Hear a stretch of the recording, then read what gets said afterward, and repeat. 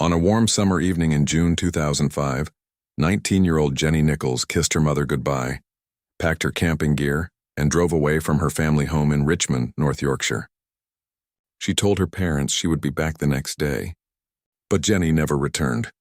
As police searched for answers, strange text messages appeared from her phone claiming she was alive and well. Yet something about those messages felt wrong. What followed became one of Britain's most disturbing murder investigations and helped change forensic science forever. Before we begin, make sure to subscribe to Real Crime Pulse, turn on notifications, and join us for more detailed true crime documentaries based on real investigations. Real evidence and real cases from around the world. Jenny Nicholls was born and raised in Richmond, North Yorkshire, a historic market town known for its close-knit community and quiet surroundings. She grew up in a loving family with parents who cared deeply about her and encouraged her interests from an early age. Friends and relatives remembered Jenny as a bright young woman with a strong personality, a good sense of humor, and a passion for music that shaped much of her teenage life. She was the kind of person who enjoyed being around others, someone who could easily make friends and who looked forward to building a future for herself during her school years. Jenny attended St. Francis Xavier School, where she became known among classmates for her outgoing nature and creative interests. Music quickly became one of the most important parts of her life. She was especially passionate about rock music and admired legendary guitarist Jimi Hendrix, whose songs became a regular part of her daily routine. Those closest to Jenny often spoke about how much she enjoyed discussing music, discovering new artists, and spending time with people who shared similar interests. As she grew older, that passion developed into active participation in the local music scene. Jenny became involved with a band called No Fouling, a group that allowed her to express herself creatively while spending time with friends who shared her enthusiasm for performing and entertainment. Music gave her confidence and a sense of identity, and it remained one of the most important aspects of her life during her late teenage years. Alongside her interests outside school, Jenny also worked at the local co-op supermarket, where she was known by colleagues and customers alike. She balanced work with her personal life and maintained close relationships with family and friends. People who knew her described her as reliable, energetic, and independent. She appeared to have many opportunities ahead of her and was beginning to establish her own path into adulthood. However, during this period, another relationship entered Jenny's life, one that would later become central to the investigation into her disappearance. The man was David Hodgson, significantly older than Jenny, and already known to her through his daughters who attended the same school. What began as a connection through family acquaintances gradually developed into something far more complicated over time. Hodgson became increasingly involved in Jenny's life, and concerns would later be raised about the nature of their relationship. According to information that emerged after Jenny disappeared, the relationship began while she was still a teenager, leading investigators and others to question the circumstances surrounding how it developed. Some believed Hodgson exercised a significant degree of influence over Jenny, while friends and family became concerned about his possessive behavior and the level of control he appeared to have over certain aspects of her life. As the relationship continued, tensions reportedly began to emerge, and Jenny appeared increasingly uncomfortable with the situation. Evidence later suggested that she had started distancing herself from Hodgson in the months before she vanished. Rather than spending time exclusively with him, she was beginning to move in different directions socially and personally. One development that attracted particular attention involved Hodgson's older brother, Robert. Jenny had reportedly begun spending time with him, a change that would later become an important element of the investigation. For some observers, it appeared that Jenny was attempting to create distance between herself and David Hodgson, perhaps seeking greater independence and control over her own life. By the summer of 2005, Jenny Nicholls was 19 years old and standing at an important crossroads. She had ambitions, close family relationships, and a growing desire to shape her future on her own terms, but unknown to those who loved her. Events were already unfolding that would soon lead to one of North Yorkshire's most disturbing and unforgettable murder cases. On June 30th, 2005, Jenny Nicholls left her family home in Richmond, North Yorkshire, carrying what appeared to be enough belongings for a short overnight trip. Nothing about that evening suggested it would be the last time her family would see her alive. 19 years old and looking forward to spending time away from home, Jenny told her parents she planned to meet friends and would return the following day. It was a simple explanation, one that gave her family no reason for concern, and like many parents whose adult children were beginning to enjoy greater independence, they accepted her plans and expected her back soon. The last family member to see Jenny was her mother, Ann Nicholls, who watched her daughter leave that evening. At the time, it seemed like an ordinary goodbye. There was no argument, no indication of danger, and no reason to suspect anything unusual was about to happen. Jenny left carrying her overnight bag and drove away in her white Rover, expecting to return home after spending time with friends. As the night passed and the following day arrived, Jenny's family initially believed everything was proceeding as planned. It was not uncommon for young adults to stay overnight with friends or change arrangements without immediately informing family members. Because of that, her absence did not instantly trigger alarm. However, as more time passed without contact, concern slowly began to grow. Jenny was known for maintaining close relationships with family and friends, and although she valued her independence, disappearing without explanation was out of character. Attempts to reach her produced no meaningful answers, and family members began asking people within Jenny's social circle whether they had seen or heard from her. No one seemed able to provide a clear explanation for where she was. The situation became more worrying as additional days passed. Friends who were expected to have information did not know where Jenny had gone, and family members became increasingly anxious about her welfare. What initially appeared to be a short absence was now beginning to look like something far more serious. Another important warning sign emerged when Jenny failed to attend work at the local co-op supermarket. Colleagues who knew her understood that this behavior was unusual. She had responsibilities and commitments, and simply failing to appear without notice was not consistent with her normal routine. The missed shifts added to the growing sense that something was wrong by July 4th. With still no confirmed contact from Jenny, her family made the decision to report her missing to police. Officers began gathering information about her movements, relationships, and the circumstances surrounding the last time she had been seen. What initially started as a missing person inquiry quickly became a major concern. As investigators worked to establish a timeline, another significant discovery was made. Jenny's white Rover was found parked in Richmond. The vehicle was locked and appeared abandoned. Police examined the car carefully, hoping it might provide clues about her whereabouts. Items connected to Jenny remained inside, but the discovery raised more questions than answers, because finding her vehicle without finding Jenny only deepened the mystery. Investigators now faced a troubling situation. A 19-year-old woman had vanished without explanation. Her car had been located, she had missed work, and nobody could reliably account for her whereabouts. Searches began throughout Richmond and surrounding areas as officers attempted to determine what had happened. After she left home on June 30, for Jenny's family, every passing day became more painful. Uncertainty replaced hope, and the realization that this might not be a voluntary disappearance became increasingly difficult to ignore. Meanwhile, detectives continued building a picture of Jenny's final known movements, unaware that a series of strange messages would soon complicate the investigation and place attention on a man whose connection to Jenny was already raising serious concerns. Police continued investigating Jenny Nicholls' disappearance. Detectives worked to identify everyone who had played a significant role in her life during the weeks before she vanished. Among the names that quickly attracted attention was David Hodgson, a man considerably older than Jenny, who had developed a close relationship with her over several years. Investigators wanted to understand the nature of that relationship and determine whether it could provide clues about her disappearance. During the early stages of the inquiry, Hodgson was interviewed by police when questioned about Jenny. He denied being involved in a romantic relationship with her. According to his account, their connection was not what investigators suspected, however. Detectives continued examining witness statements and information provided by people who knew both individuals, and questions remained about the true nature of their relationship. While police attempted to establish a timeline of Jenny's final movements, an unexpected development complicated the investigation. After her disappearance, Jenny's mobile phone suddenly became active.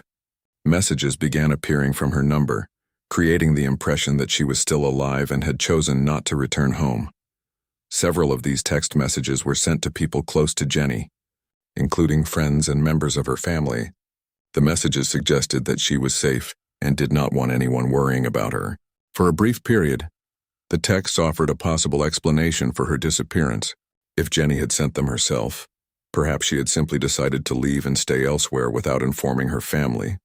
For Ann Nicholls and the rest of Jenny's family, the messages created a confusing and emotional situation. They desperately wanted to believe Jenny was alive. But something about the texts did not feel right. Despite the reassurance contained within them, the messages failed to ease their concerns instead. They raised new questions about why Jenny had suddenly cut off direct contact with everyone who cared about her. Friends who received the messages noticed unusual details almost immediately. The wording seemed different from the way Jenny normally communicated.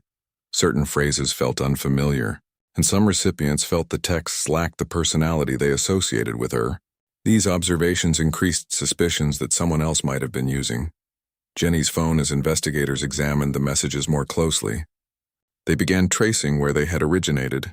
Technical analysis allowed police to determine locations associated with the phone activity, and the results were significant.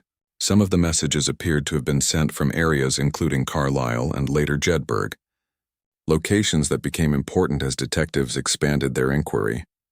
The investigation then uncovered another crucial detail. Evidence showed that David Hodgson had rented vehicles connected to movements between those same areas. The overlap between the locations of the text messages and the routes associated with the hire cars immediately attracted police attention. What initially appeared to be random communication from a missing woman now looked far more suspicious. As detectives continued reviewing evidence, additional concerns emerged. Despite messages claiming Jenny was alive and choosing to stay away, there was no activity on her bank account. Money remained untouched, and there were no signs that she was independently supporting herself or carrying out normal daily activities. Investigators found no convincing evidence that she was voluntarily living elsewhere. The combination of factors increasingly pointed detectives toward one conclusion: the text messages may not have been sent by Jenny at all. Instead, investigators began considering whether someone was deliberately creating the appearance that she was still alive, an effort that could delay concern and divert attention away from what had really happened with each new discovery. Suspicions surrounding David Hodgson continued to grow. The denials he had given during interviews were now being examined alongside phone evidence, vehicle records, and witness accounts.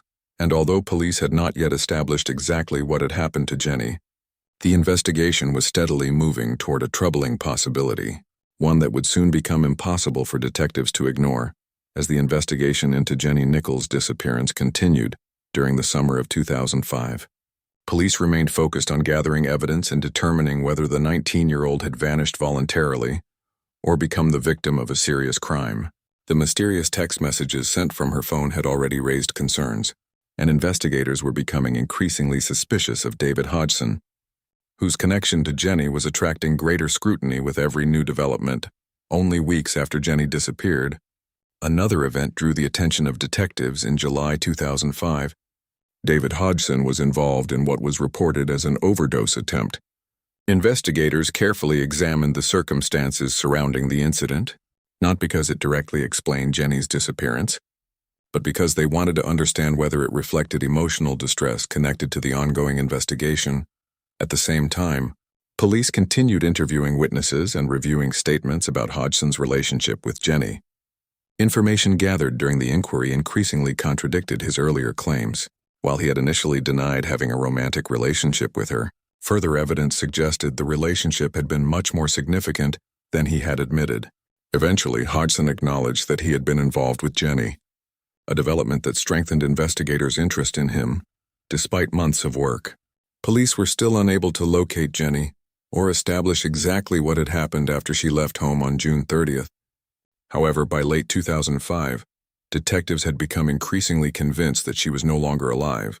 The lack of financial activity, the suspicious text messages, and the growing body of evidence pointing toward foul play led investigators to reassess the case in November 2005. Police formally reclassified Jenny Nicholls' disappearance as a murder investigation. The decision reflected the belief that available evidence no longer supported the possibility that she had simply chosen to leave voluntarily.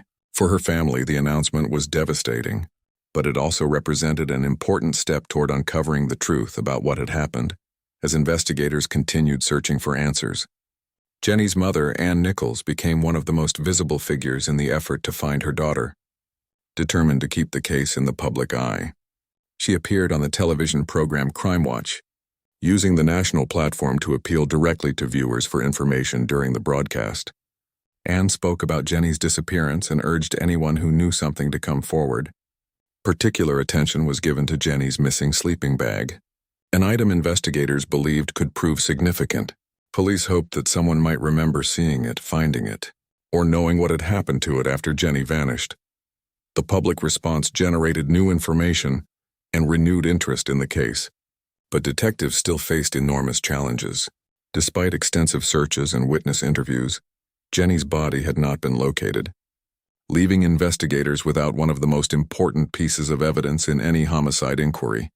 Then, in 2008, nearly 3 years after Jenny disappeared, the investigation reached a major breakthrough. Acting on information developed during the case, police conducted searches in woodland near the village of Hudswell. Close to Richmond, the area was not far from where Jenny had lived, but it had remained hidden from investigators for years during those searches. Officers discovered skeletal remains buried in the woods. Forensic examination later confirmed that the remains belonged to Jenny Nicholls, ending years of uncertainty for her family. The discovery provided investigators with crucial evidence and transformed the direction of the case. What had once been a missing person inquiry was now supported by physical evidence recovered from a burial site. Detectives believed the woodland location held important clues about how Jenny had died and who was responsible for Jenny's family. The discovery brought both heartbreak and relief. Heartbreak because their worst fears had been confirmed, and relief because Jenny had finally been found after years of unanswered questions. Investigators now possessed evidence that could move the case forward and bring them closer to identifying the person responsible for her murder. The discovery of Jenny Nicholls' remains in woodland near Hudswell in 2008 marked one of the most important turning points in the investigation. For nearly 3 years, police had been searching for answers while Jenny's family lived with uncertainty and grief. Now investigators finally had physical evidence that could be examined using modern forensic techniques. And although the discovery did not immediately solve the case, it provided detectives with an opportunity to revisit evidence and build a stronger understanding of what had happened. Following the recovery of the remains, forensic specialists conducted extensive examinations. Investigators carefully analyzed the burial site, the surrounding environment, and every item recovered during the search. Because significant time had passed since Jenny's disappearance, some evidence had deteriorated, creating challenges for experts attempting to reconstruct events. Nevertheless, the discovery allowed detectives to move forward with a level of certainty that had not previously existed as the investigation continued. Attention remained focused on David Hodgson, whose relationship with Jenny and whose actions following her disappearance had already made him a central figure in the inquiry. Detectives reviewed earlier statements, vehicle records, phone activity, and witness accounts, comparing old evidence with information that had emerged after the discovery of Jenny's remains. One of the most significant areas of investigation involved the text messages sent from Jenny's phone after she disappeared. Police had long suspected that the messages were not written by Jenny herself, and forensic analysis strengthened those concerns. Investigators examined the timing, locations, and circumstances surrounding the communications, building a clearer picture of how the messages may have been used to create the impression that Jenny was still alive. As technology advanced during the years that followed, detectives were able to revisit evidence using methods that had not been available when Jenny first disappeared. Forensic science played an increasingly important role in helping investigators understand the movements of individuals connected to the case and identify inconsistencies. In earlier accounts, police also continued gathering witness testimony, speaking with people who had known Jenny and those familiar with David Hodgson. Over time, additional information emerged about the nature of their relationship, helping investigators establish a more complete picture of the months leading up to Jenny's disappearance. Every statement was carefully reviewed and compared against existing evidence. The investigation remained active for years, with detectives continuing to examine both new and historical material. While progress was often slow, authorities believed the case was moving steadily toward a point where criminal charges might eventually be possible. The challenge was ensuring that every piece of evidence could withstand scrutiny in court. For Jenny's family, the long wait continued. They had already endured years of uncertainty, but they remained determined to see justice achieved, despite the setbacks and delays. They continued supporting the investigation and encouraging anyone with information to come forward. Eventually, years of forensic work, witness interviews, and evidence reviews began producing results. Investigators became increasingly confident in the strength of the case they had assembled. The combination of physical evidence, digital analysis, and witness testimony provided a clearer understanding of what had happened to Jenny and who they believed was responsible. The breakthrough did not arrive overnight. It was the result of years of persistence by detectives, forensic specialists, and Jenny's family, who never stopped seeking answers. By the time the investigation entered its final stages, authorities believed they had assembled enough evidence to move forward, bringing the case closer than ever before to a courtroom, and setting the stage for the legal battle that would ultimately determine whether justice could finally be delivered for Jenny Nicholls and the family, who had spent years fighting to uncover the truth. After years of investigation, forensic reviews, witness interviews, and evidence gathering, the case of Jenny Nicholls finally moved toward its conclusion.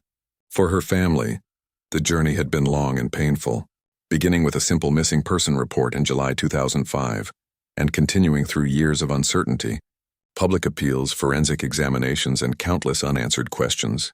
They had spent years fighting to keep Jenny's story alive while investigators worked to build a case strong enough to withstand scrutiny in court.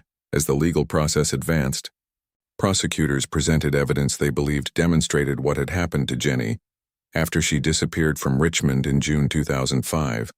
The case brought together years of investigative work, including witness testimony, phone records, vehicle evidence, forensic findings, and information gathered during multiple reviews of the inquiry. Each piece of evidence contributed to a broader picture that prosecutors argued pointed toward David Hodgson. One of the most significant aspects of the prosecution case involved the text messages sent from Jenny's phone after her disappearance. Investigators had long argued that these communications were intended to create the impression that Jenny was still alive.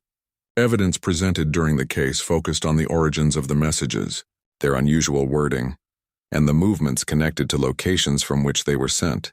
Prosecutors argued that the messages were part of an effort to mislead both investigators and Jenny's family. The court also heard evidence relating to Hodgson's relationship with Jenny, including information suggesting that the connection between them was far more significant than he had initially admitted. Prosecutors examined inconsistencies in earlier statements and highlighted evidence they believed undermined explanations previously provided during the investigation. Throughout the proceedings, Jenny's family remained determined to see the process through to its conclusion. They had spent years seeking answers about what had happened to their daughter, and every stage of the legal process represented another step toward accountability. Despite the emotional strain, they continued attending proceedings and supporting efforts to secure justice. As evidence accumulated, investigators and prosecutors emphasized the importance of the forensic work that had helped move the case forward. Advances in scientific techniques played a critical role in allowing experts to revisit evidence years after Jenny's disappearance, helping authorities develop a stronger understanding of the circumstances surrounding her death. The case eventually became notable, not only because of the crime itself but also because of the role forensic science played in bringing the investigation closer to resolution. Experts involved in the inquiry demonstrated how modern techniques could help uncover crucial information even after many years had passed, making the case an important example of how developments in forensic technology can influence long-running criminal investigations for Jenny's family. However, the most important issue was never scientific advancement or legal procedure. It was Jenny herself. They wanted the truth about what happened to their daughter. They wanted accountability, and they wanted her remembered as more than a victim. Throughout the years, they continued speaking about the vibrant young woman who loved music, enjoyed performing with friends, and had her entire future ahead of her. The conclusion of the case brought a measure of closure after years of uncertainty. Although nothing could undo the loss suffered by Jenny's family, the investigation demonstrated the value of persistence, careful forensic work, and the determination of those who refused to let the case be forgotten today. Jenny Nicholls' story remains one of the most significant criminal investigations in North Yorkshire's history, remembered not only for the tragedy itself, but also for the years-long pursuit of answers that followed. A pursuit driven by a family who never stopped searching for the truth, and by investigators determined to ensure that Jenny's disappearance would not remain an unanswered mystery forever. Thank you for watching Real Crime Pulse. If you found this documentary informative, please like this video, subscribe to the channel, and turn on notifications for more true crime investigations. Let us know your thoughts in the comments and join us again for another real case, another real investigation, and another search for justice.